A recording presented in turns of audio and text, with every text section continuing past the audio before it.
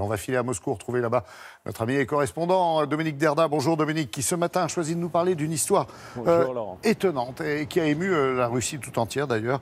On peut le comprendre parce que c'est l'histoire d'un petit garçon retrouvé sain et sauf parmi les décombres d'un immeuble. Oui, absolument. Bonjour Laurent, c'était le 31 décembre dernier. Ça aurait dû être un jour de fête, mais à 6 h du matin, dans la ville de Magnitogorsk, dans l'Oural, une explosion de gaz a fait s'effondrer toute une partie d'un immeuble de 10 étages, un immeuble d'habitation. 39 morts et un miraculé, vous l'avez dit, un petit bébé de 10 mois à peine que les secouristes ont réussi à extirper des décombres que le lendemain, blessé mais vivant. Cette histoire a ému toute la Russie. Elle continue aujourd'hui encore à faire la une de l'actualité. C'est cette histoire que j'ai choisi de vous raconter ce matin avec Patrice Hacheret, Ala Chevelkina et Volodya Sidorov.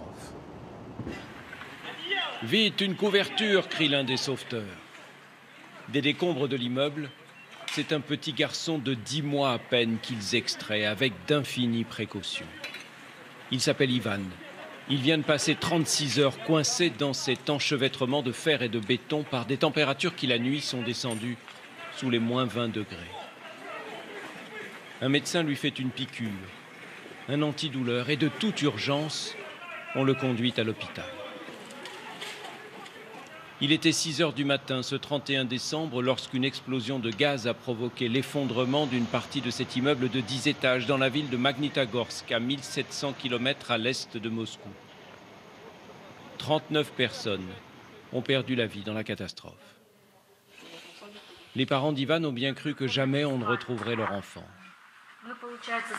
Je dormais avec mon fils aîné dans une autre pièce.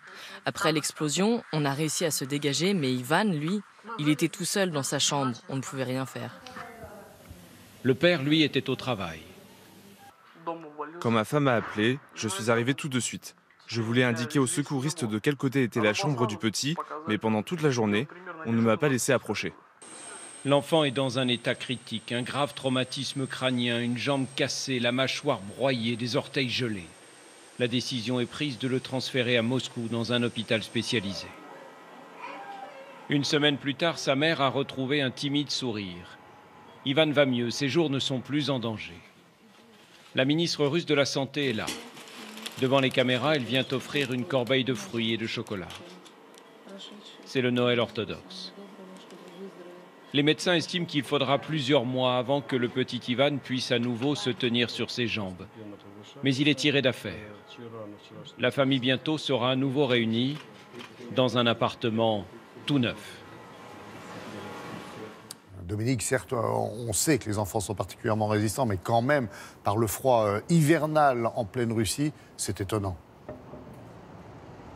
Oui, absolument, c'est étonnant. On sait qu'il y a 2 ans, à Nairobi, une petite fille âgée de 6 mois à peine était restée coincée 4 jours dans les décombres de sa maison. Mais c'est vrai que le climat n'est pas le même sous l'équateur en Afrique et dans la région de l'Oural en Russie au cœur de l'hiver. Ce qui a sauvé le petit Ivan, en fait, c'est qu'il était couché dans son lit et qu'il s'est retrouvé emmêlé, emmailloté, si l'on peut dire, dans ses couvertures entre 2 plaques de béton. Et dès que les sauveteurs, dès que les secouristes ont compris qu'il y avait là un enfant qui était vivant, eh bien, ils se sont dépêchés d'envoyer de l'air chaud à travers les décombres dans l'espoir de le maintenir en vie. L'un d'entre eux disait à la télévision russe il y a quelques jours qu'ils entendaient les gémissements du bébé qui lui parlait. Et c'est sans doute ça qui a poussé ce petit garçon de 10 mois à s'accrocher à la vie comme il l'a fait.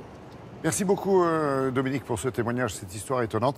Et puis bien sûr, bonne journée à Moscou, à vous et toute l'équipe de France Télévisions.